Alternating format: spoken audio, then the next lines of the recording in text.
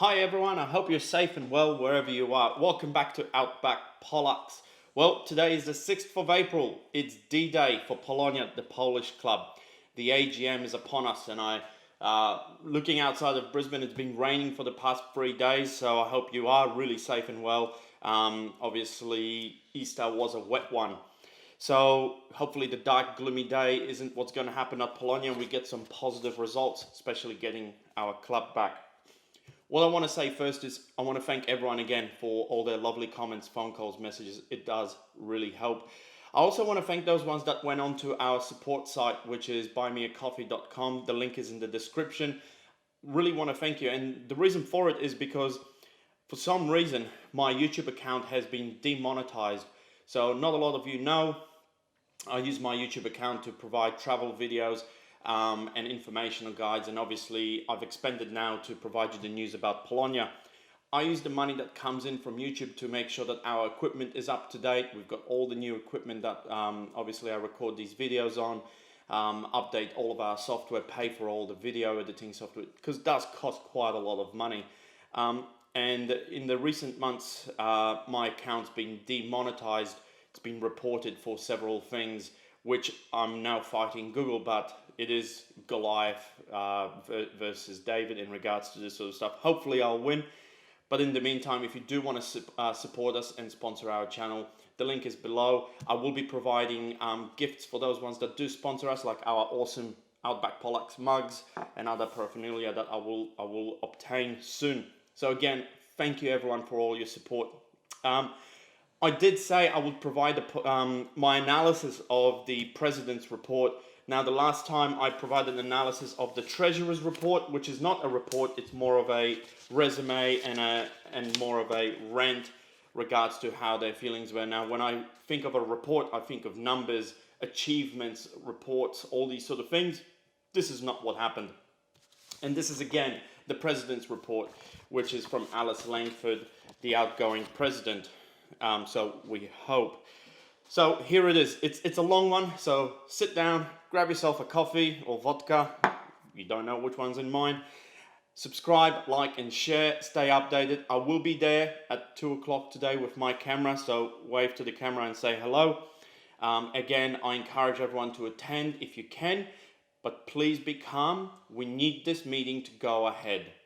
OFT will be there. It's very important this meeting goes ahead and finishes, and then we can get our club back and we can start working as a community to restore it to its previous glory. So let's go. President's report, Alice Langford, 5 pages long. Here we go. When life strikes a blow, we do more than survive, we choose to thrive, and I choose to thrive. Okie dokie. After the death of my youngest son, followed by the death of his father and my husband, 2 years later, I began to search for the meaning of life.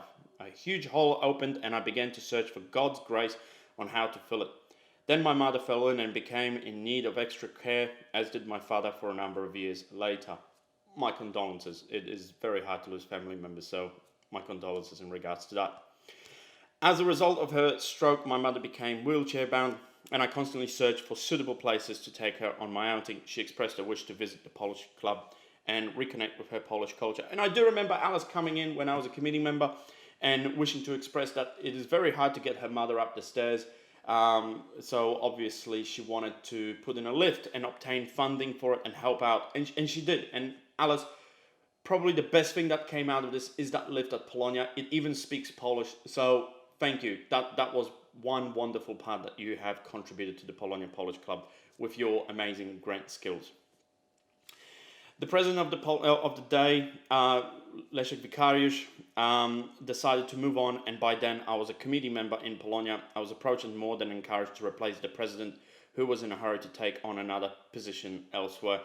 In 2018, just prior to Polat, I was ready to step down when fate decided otherwise. Our then secretary, Henry Kurelewski, also the president of Polat subcommittee, was forced to relinquish his position due to illness. Yet again, I was pressured to continue to manage stability as well as to apply for more funds for renovation works for our Polish club at the request of Polat committee. To this very day, I regret my decision of not stepping down at the time. You still could have stepped down. The minute trouble started, you could have stepped down. At about this point of time, many changes came about. Our ambassador in Canberra and the consul in Sydney were replaced with new arrivals. Our honorary consul, Brian Kilmartin, was untimely removed after serving as well over a time span of 20 years. Soon after, we noticed an increasing pressure exerted by the Polish government, which in the interest of the diaspora requested us to provide information as to the values and property descriptions of our facilities. Please note that the word diaspora is now being used instead of Polonia. Why this change? Is the word Polonia not good enough for us? And what are its implications? That's the first thing I'm ever hearing of this. Diaspora basically means the population of another country that lives abroad. So I've never heard of the Polish government wanting to buy up, properties or land or retrieve profits from Polonia outside of Poland. I've Googled this. I can't find it. Where is the proof, and why haven't you been open and transparent about this? This is my whole thing about this whole beating the drum on Polonia and the committee. You haven't been open and transparent. Why not? Give us the information. Give us the proof. Again, Alice and the committee, if you wanted our support and you wanted us to be behind you and obviously help you out and all these sort of things, why haven't you told us about this? If you told us about this, we could have done something to help you. We would have been able to go, yeah, wow, this is really happening. Let's put our thinking caps on and see how we can get this, obviously get over this hurdle. But this is the first time I'm hearing of this. I've heard rumors, but the rumors were again from the Polish club, from you. So is this true? Where is the factual information? Usually when there's a report, there are reference guides. Nothing is here. I would have included the letter that's asking for this. Boom, problem solved. Include the evidence.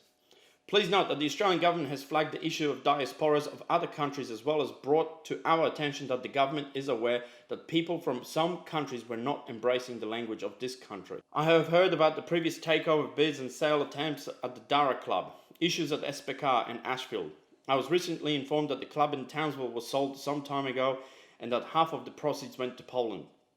Thus, my attention was drawn to the Foreign Land Ownership Act, which indicates that properties such as Polonia can be sold with half the proceeds going back to Poland. Yeah, but that's only if we sell the club. None of us wanted to sell the club. The whole issue of selling the club came out of the Polish club being put up for sale, or the rumors of it being put up for sale. So, again, who's making up the stories? That is something that gives us food for thought, and we should carefully consider and reflect on what we are doing. As well as we have been asked by the Consul General to provide information regarding the structure of our membership, Polish dual and Australian citizens. Firstly, the Polish government would have details of their citizens. Secondly, we are bound by privacy legislation. Thirdly, and most importantly, Polonia's memberships have never been categorized on the basis we have never drawn a distinction between our members. Recently, someone behind the scenes worked very hard to discredit us and our goodwill. For what purposes? You've obviously named names before, so name names. Again, proof. Tensions increased as gossip spread like wildfires in the community that Polonia was sold. No, it was being put up for sale, not sold. It was nothing further from the truth. On the contrary, we gave serious thought of what could be done to keep it for posterity. Unfortunately, these conspiracy stories incited fear and doubt in the community, and as usual, Polonia and its committee bore the brunt. I, of course, was made out to be the culprit who destroyed Polonia. And where were you? Well, yeah, open and transparent. We would have been there if you were open and transparent. Perhaps you should have asked yourself how you contributed and when you offered me or any committee member or helping hand. Yeah, a lot of people were there trying to help out. I remember distinctly what happened with that, so let's not get into that, shall we? Abusing me in all forms imaginable was easier and more productive. Well, yeah, when people are angry and they're stuck behind a wall and you're trying to take something away from them that they worked very hard to maintain and upkeep, and you obviously creating your own little agendas and obviously this diaspora and things like that, people are going to get angry. That's what happens. Part of politics, unfortunately. There was foul play as well, and lies were spread to destabilize the community in a bid to commence a charge upon Polonia and its assets by a small group of investigators spreading gossip and lies. Again, I'm going to say this. Rumors, there is truth to rumors. So saying that they're lies and gossip and people sticking behind it and then doing their own investigations and finding out the truth, again, there is truth in rumors, unfortunately. So where is the evidence, I ask? How can these people sleep at night? Well, I know very well that some of these people didn't sleep at night because of the lawsuits that followed on. So it's part of it is your fault. Early post-war migrants were not only keen but proud to learn the language as new Australians. And now we are faced with the converse. A new breed of Polish citizens in Australia is demanding from organisations that they are to follow their ways. Wow. Please remember that our constitution was developed to support families of Polish descent. This includes children who are often the offspring of potentially only one Polish person and the other of another nationality. Yet now we are told to exclude and shun their descendants as they have little command of the Polish language. We, the children of these who erected this building, are now ridiculed, vilified, excluded and abused. That is absolutely a lie. Yes, there was a couple of people who had this whole thing of you need to speak Polish only and things like that, but that was a couple of people. There's always there's always some bad fruit in a basket. That's just what happens. That is absolutely not true whatsoever.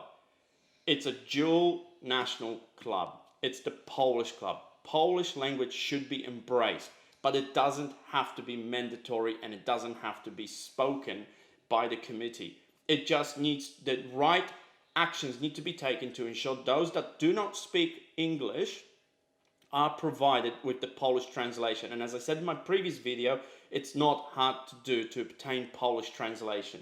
It's not expensive. It could be even free if you reached out to all of us and we could have translated things for you like a Polish notary service. Again, open and transparent. The only reason you got abused is because you were not doing the right things and people got really peeved off. This is the reason that I could not join our association as SPK and Rada Naczelna branch, simply because though I understand basic Polish, I would find it difficult. I don't believe you because, to be honest, they found it hard to trust you as well. So I think it goes both ways. Please note that several other ethnic communities are accepting the requirements under the Incorporation Act and AGM meetings as well as all other meetings as conducted in English. We desperately need to find a middle ground so as to welcome all. We do welcome all. We do welcome all. And how can I fail to mention the infamous meeting in September 2019? Yes, let's talk about that. That was the day when a group of what would be called rebels verbally abused me and shouted me down for not speaking Polish. I was forced to close the meeting and leave.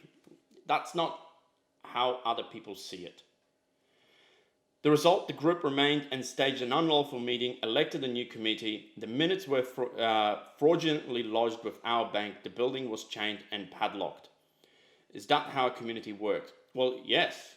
When you fail as the committee, we as members have the right to take the club back from you because obviously you failed as a committee to provide us with the right answers. We had two non-Polish speaking past presidents who were male who were never treated this way. Does being female grant me a certain privilege? What a load of bollock. The previous president that I remember, Joseph Magon, was absolutely fantastic and he was open and transparent. Was he the best president ever? No. Did it matter that he was a male? No. But he was open and transparent. He was honest with the community and he reached out for help and he said, we need everyone to come together and help out. You never did that. You alienated the entire community. So nothing to do with you being a female. It is all to do with your attitude and personality. Nothing to do with you being a female. None of any of these acts ever occurred during the time of our past ambassador and consuls. Worst of all, the new honorary consul was present at the attempted takeover, demanding an invitation as a VIP. Demanding. That's prove it that he was demanding. Again, prove it. Kindly note that the consul is invited to official functions but not where matters of the club are concerned. The unlawful attempted takeover of Polonia was aggressive and unending, with threats made on my life, trolling and defamatory actions on our committee members. All this came as a cost to Polonia, whereas the unlawful agitators sought free legal advice and continued spreading their lies. That is absolute lies. I know for a fact that I know how much the legal advice would have cost them. And I know for a fact that you've wasted nearly $90,000 of Polonia's money on your legal advice. So therefore, who is the aggressor here? You've actually gone out, got legal advice, sued the people for defamation, and wasted all of Polonia's money when you could have sorted this all out by a meeting, having a private meeting, and maybe stepping down. If you thought things weren't being done right, maybe you should have stepped down. The barrage was continued, and it was led by a small but bitter group of individuals who led the attempted and unlawful takeover. Our committee wanted to take court action, but on learning that $1.2 million was spent defending Ashfield Polish Club in Sydney, we had to do our best with what little we had. Yeah, $90,000. We needed to protect our asset base as effectively, but at least costly, to the association. Do not forget, we still had to maintain our staff and assets during the pandemic. I've completed the requirements of ensuring that staff were secure during COVID, as well as I have completed projects and acquittals and maintained a veneer of stable community to our external stakeholders. This I was able to do so as I was supported by the team, especially the current team. I understand now that Queensland is following suit as other states to form a federation of Polish groups in each state in order to report to the Foreign Affairs Department of Poland and to create their diaspora, perhaps with the aim to exclude people of Polish descent, of mixed nationals, non-Polish fluent, who don't fit their mold. What a load of BS. Half the people in the Polish Federation are Australian citizens. Their families are Australian citizens. Most of them have lived here for the most part of their life. They're not even dual citizens anymore. What a load of BS. What's the purpose of it? Why would you send money back to Poland? What's a $5.5 million property asset pool going to do to a multi-billion-dollar government in Poland? Except maybe to buy more churches. While the pot calls the kettle black, our position during my leadership was to protect and improve our assets and staff and continue its legacy of a place that supports Australians of Polish descent and sharing of cultures and experiences to create a positive acceptance of both Australians as well as Polish cultures. As I now step down, I would very much like to thank our staff and the management committee for its efforts. My special thanks and directed especially to Teresa and other members of our team who worked tirelessly to protect the legacy of our forefathers. I also thank Jadzia for staying positive in the face of being in the front and often in the firing line of the organizations on a daily basis. I'm happy to close the chapter of my life, walk away with dignity, leaving you a pristine and beautifully refurbished building in which everyone will be welcome and feel at home. Well, okay, so here's my view on it all. Thank you for 5 pages, but that's all it is. You haven't included any reports, the amount of grants that you have obtained, where the grant money has been spent, detailed analysis of it all. You haven't provided any proof. I mean, I like to read fiction and non-fiction books, so I don't know which way this goes. So, where's the proof? Where's factual information? Where are references, links, proven information regarding the federation that they're trying to obviously sell all of our assets and send them to Poland? For what reason? No one knows. I want to see proof. I've asked you several times to please come on my channel and discuss this with me. You refuse. You obviously hide behind these emails. You hide behind these letters, Facebook posts that I don't know who posts on there. It all happens. Today we find out. Unfortunately, a lot of us will not be allowed to attend this meeting, as Alice made that very, very clear. I am hoping that whoever does attend, we can obtain our club back, but it's going to take a lot of effort to get it back to what it is. What this looks like, though, is that Alice is obviously wiping her hands clean and walking away. And what state does that leave the club in? What financial state is the club right now? I keep asking this. Is there any money left in the club to maintain it? Or is it insolvent? Is it bankrupt? What is going on? We will find out hopefully at 2 p.m. today. It's very upsetting.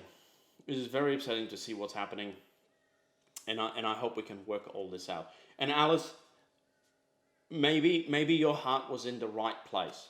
I'm going to say this right now. Maybe your heart was in the right place, but the internal wars that were fought at the club, all the problems that were there, and all the issues that were formed, it made the committee look like we cannot trust them. And if you were open and transparent, we would have gotten through this together. And that's all it takes. I would have enjoyed seeing this letter with proof. I would have enjoyed some references. Show us that the Polish government is trying to get money. This would really give you some credibility. And, maybe stop the witch hunt.